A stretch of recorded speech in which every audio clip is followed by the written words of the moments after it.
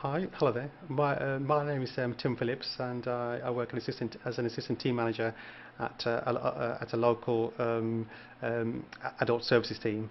As a team, we assess our older adults in the community in respect to uh, uh, remaining independent in their own home. So, for example, if we assess somebody and they need some help with getting washed and dressed in the morning, then we can arrange services to do that. Well, I'd had a number of operations as I was going through my younger life and into my teens, but I think things came to a head at the last operation, which was when I was 17 or 16 or 17, where I then kind of acquired my actual disability in terms of me not being able to walk. So basically, it was a mind shift really in terms of what can one do next.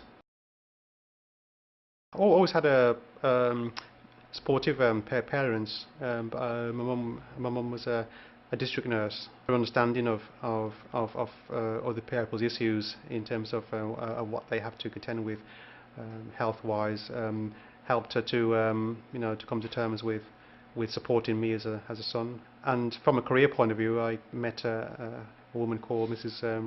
Ruth Wolf, who was a disability resettlement officer, and she was a big help as well.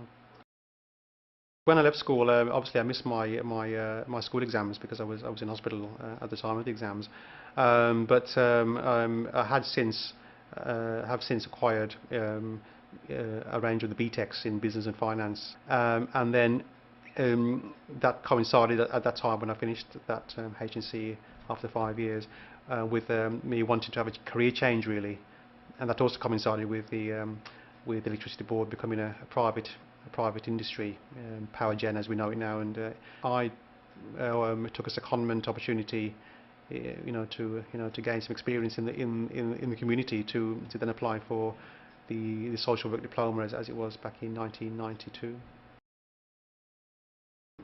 Table tennis I got into purely by chance really, in looking at activities to take up.